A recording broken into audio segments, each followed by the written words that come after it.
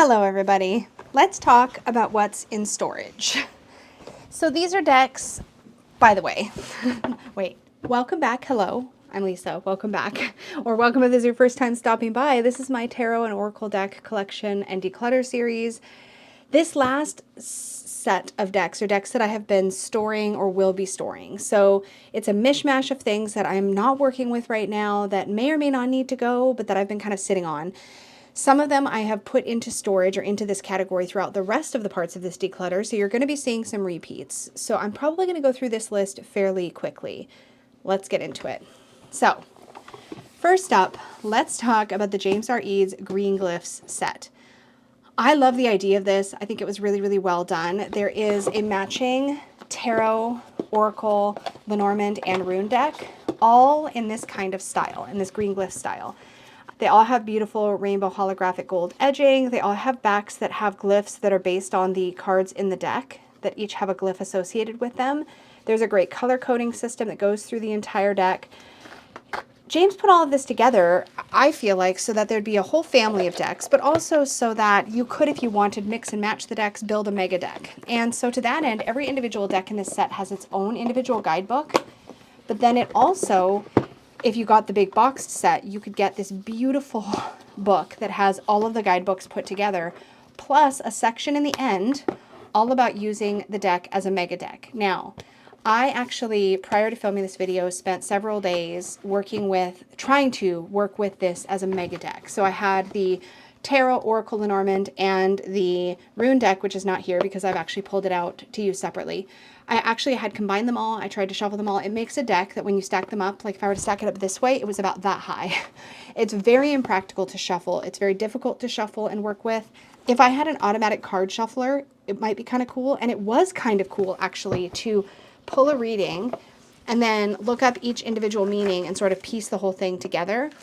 But when I think about the pieces separately, the tarot deck isn't a tarot deck that is in a style that kind of makes sense to me. Like, it's narrative, but the narrative doesn't follow the lines that I would normally take maybe with tarot, and that's a personal thing. The Oracle is beautiful, but it's not the kind of Oracle I tend to reach for. So you have beautiful gold foiling throughout, which is just gorgeous. But each one is just the name of a thing, like an animal, or like here we have gazebo, we have mantis, we have goat, crystal ball. So it's intuitive if you want to build associations with those things, or you can like look up the guidebook to kind of see what each means. I like oracles that have keywords and that have themes that feel broad and expansive and applicable to a lot of things. I'm very picky about oracles, and I know that. This one didn't quite scratch the itch for me personally. The Lenormand I had a different copy of, and I had and loved and used for a long time, but I'm not called to it right now. This is a second copy in this boxed set because I already had the individual packaged Green Glyphs Lenormand from before, but I am actually letting that one go through this declutter process, so I don't need the Lenormand. The Rune deck, though, is cool, and I did show it in a previous portion, but all of these can go. So these are going into my to be rehomed pile and out of storage. This was, by the way, an advanced copy that was sent to me for review, too. So this is another advanced copy that was sent to me for review. I want to talk about these. So this is the Jillian Wild self-development set.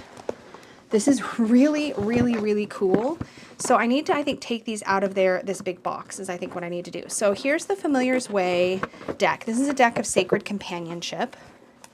And this was also an advanced copy, so it's not a finalized version. But because of that, the guidebook is blank. So I don't actually have a guidebook for this deck, and I think I need that to work with it. I mean, it reads fine on its own. Get out of there. And the art is just lovely. If you had Jillian's Naked Heart Tarot, then this is going to feel like a pretty big shift and change for you. But it's so beautiful. It's basically about the relationship between each of these characters and the animal companions that join them on the cards. It's very, very sweet. I love it. I think I want a copy maybe with a working guidebook to get to know it a little bit better, and then I can actually form a relationship with it. But without a completed guidebook, it's not really something that I'm finding myself reaching for. So I've had it set aside, and that is why. So that's the same. The same is true for all of these. So there's the Familiar's Way Oracle, which is designed to work with the tarot. This box is just beautiful design with all the spot gloss. It's just gorgeous. And the Oracle is designed in much the same way, right? But like I said about the James R. Eads ones, without keywords on the cards, I would struggle a little bit to work with these, I think. And because I don't have a guidebook, I don't have anything to refer to. So again, this is just one of those things that is sitting, waiting to see if with a guidebook, I would work with it differently. And I don't know. I mean, that remains to be seen. But I love the art. I think it's really beautiful. And I did a full video kind of going over all of these things. I'm most excited, I have to admit, about the Shadow Worker set that comes with this in this self-development set. But again, it's the guidebook I'm excited about. And look at how thick the guidebook is planned to be, right? Really, really gorgeous. But these cards are quite powerful for shadow work. They're really, really emotional feeling and intense.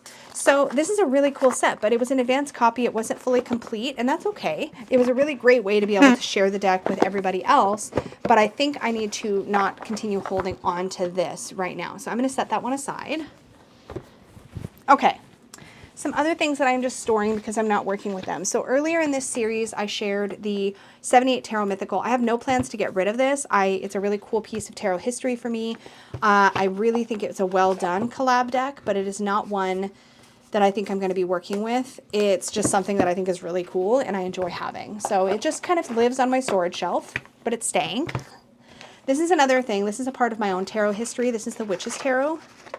It's real cheesy. I'd love to get my hands on the original bigger book that you could get with this deck. But like I said, this is definitely a piece of tarot history for me because this was one of my first decks. Not this exact copy. I actually reacquired this when I think I saw it on a trade table. I don't know why I'm trying to flip them around. Let me just show them. So it's kind of cheesy. But it's got a really cool system based on the Witch's Kabbalah, which it's kind of based on. And I think that was a machination or a creation of Ellen Cannon, Reed, and Merton Cannon. And so that's relevant throughout the deck. Some of these cards just really take me back to reading tarot when I was new to tarot. Like this Princess of Swords, that's how I see the Princess of Swords. She's just stuck in my mind that way. But as a deck to be like used, like this is the cheesiest 8 of Pentacles I've ever seen in my life. As a deck to be used, it's kind of a hard pass, but I picked it up because it's a part of, like I said, my tarot story. And I think it's just cool to be able to look back at it. I don't know if I'll keep it long term or not, but right now it's just, like I said, it's kind of like having a memory of tarot and my early tarot days for me because I definitely used this way back in the day, or a copy of this way back in the day. So I'm just kind of holding on to this for nostalgia's sake. That's why I have it. That's why I'm keeping it. I don't know that I'll ever read with it at this stage of my journey, but it's cool to have. The Moonchild Tarot. This is only being stored because I don't want to let it go. And I'm currently working with the Shadow edition of the Moonchild Tarot. I think someday I may decide to keep only one version of the Moonchild. And I think it might end up being the Shadow, but I do like the tones of this, and it feels very different than the Shadow edition, so I want to keep it, but I'm not really called to use it, so it's just being stored, which is ideally how the storage shelf in my closet is usually used. Then I have a full-size Sasaribito Tarot. This is such a gem of a deck. I love this deck.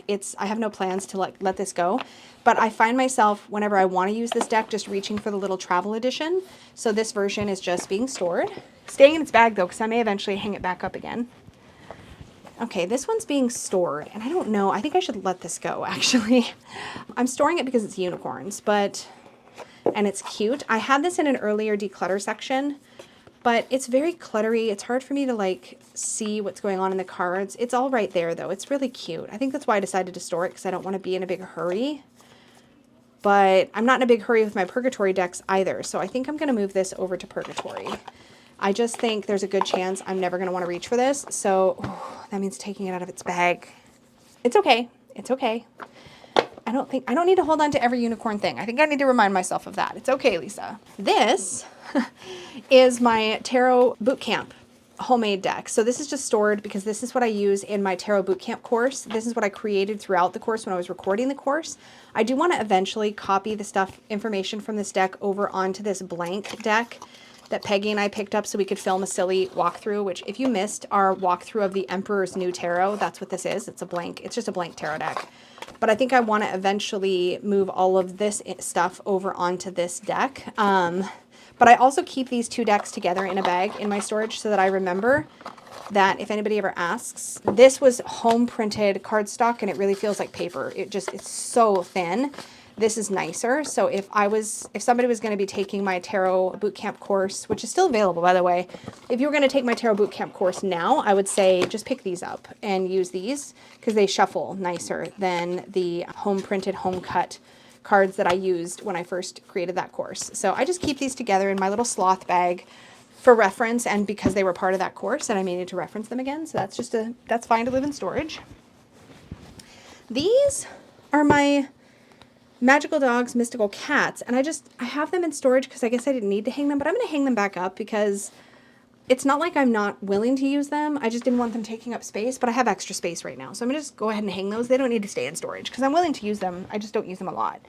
The Light Seers Tarot is in storage because I'm just not finding myself thinking of it or wanting to reach for it anymore, but this is on Hay House cardstock before Hay House started using the weird warpy cardstock. It's not great, but it's really quite nice cardstock compared to what is available now from Hay House. And I know that if I were to let this full-size version of the Light Seers Tarot go for some reason, and then go to repurchase it, it'd be on the new icky Hay House cardstock, and I don't want that. So I don't want to let this copy go.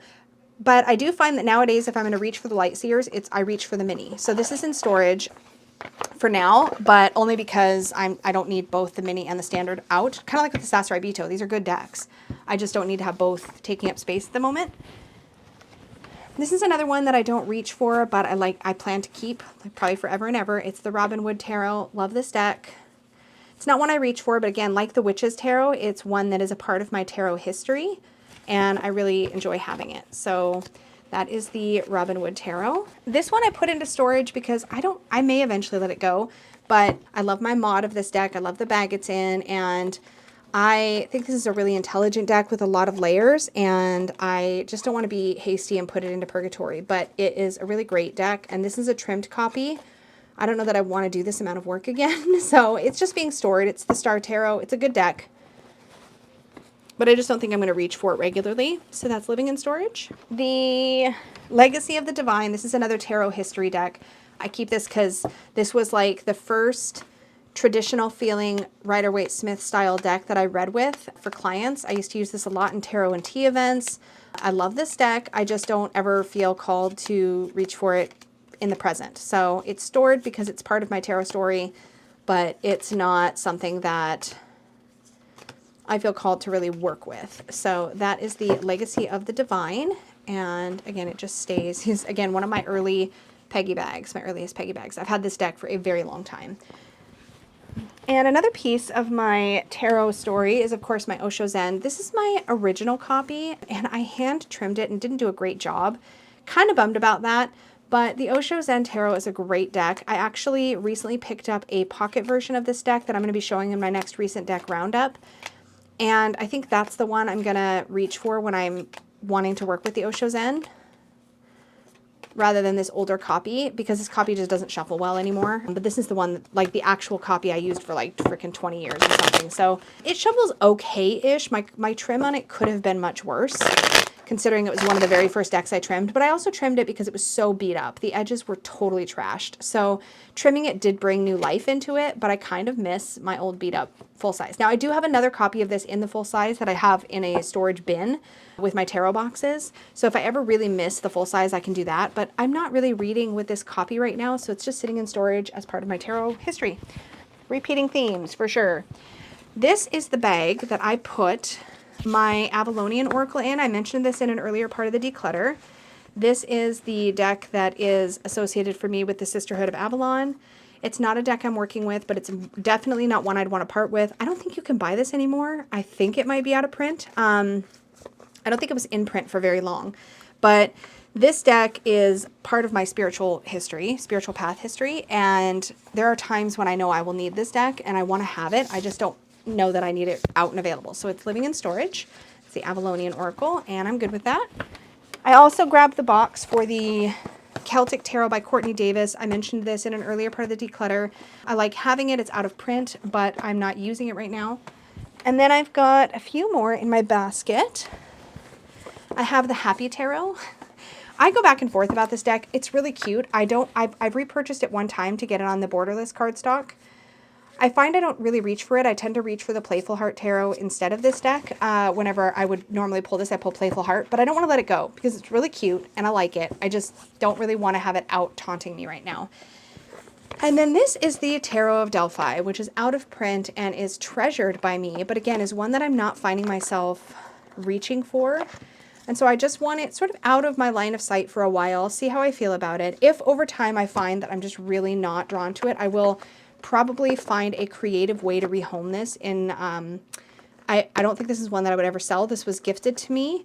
I mean, famous last words, but it was gifted to me and I think I might one day gift it to somebody else, but I am not in any kind of rush. And for now, I'm just holding on to it because it's very difficult to get a hold of and I want to be absolutely sure I don't miss it. So it's not purgatory, it's definitely storage. I'm willing to keep it and just have it. This is not one I feel compelled to get rid of, but might wait for the right opportunity one day. And then I mentioned putting this into storage. This is the Ego Observer Tarot or Oracle Tarot or whatever it's called. I just need this to rest for a bit so I don't feel obligated to reach for it because it's not sitting with me right now and it's new. I was excited about it at one point, so I want to see if that feeling comes back. And then all I've got left are some decks that are just sitting in storage that I just mentioned in previous editions of this collection series. This is the Arthurian Tarot. This, I'm not going to even pull it out. This is my Mythic Tarot, my original version. That's just being stored until some later time. My original Thoth, my large original Thoth. And then I have my Devas of Creation, multidimensional and the original, that are just being stored until I feel called to work with them. And my collector's edition of the This Might Hurt from my special edition from Liminal 11. So those are all of the decks that are currently in storage. Of those, I'm only letting go of a couple. Most things here are perfectly fine to stay on my storage shelf. So that is the update of my storage shelf. Keep me posted if you want to see all the decks from this series that have moved into Purgatory, and I'm happy to share that at some point. It's just, it may be a little bit, because this collection series takes a lot out of me, but I would like to show it at some point. And if I've missed anything, let me know. Oh, one quick update. Earlier in this series, I mentioned the Ocean Dreams Oracle, putting this in Purgatory, and I pulled it back out and I really spent some quality time with it. I think I am forming a relationship with this deck. It has taken ages, but I'm finally forming a relationship. At the time I'm filming this, I'm actually using this deck regularly and really enjoying it. So I think I just needed the right time. And this is, again, one of those reasons why I am very, very slow to rehome decks, because sometimes it takes me sometimes a year or more to be in the right space to really be called to work with something. So this is now finding its place in my rotation, in my divination collection, and I wanted to update you all. I think that's the only thing I've pulled back out of the Purgatory bin since putting it in. I went back and forth with the She-Wolf Tarot. That was one that kind of came and went, but I'll update you that. I'll update you on all of that when I do my Purgatory update, assuming y'all want to see that. So let me know. And one of these days I might do a full Purgatory reveal, but I haven't done one of those in a while. But oh my gosh, it's so much, and I just need to not right now. I need to stop. I need to stop babbling. Okay. Anyways, thank you so much for hanging out with me. I will definitely be coming at you with more videos soon. Thank you as always for your support, and to my members, thank you so much for your membership support. It really makes a difference here on the channel and in the work that I do. For those of you who are here and engaging with the content, that is the best thing you can do to support my channel right off the bat, is just watch the videos, comment on the videos, be here, be engaged. I value you as part of our community, even if you don't comment. I know there's a lot of people out there who just are not commenters. I was one for a long time, and I still sometimes am one. I'm often a lurker, so I totally appreciate you either way. Anyway, thank you so much, and until next time, y'all, may your magic always shine from the inside out. Bye!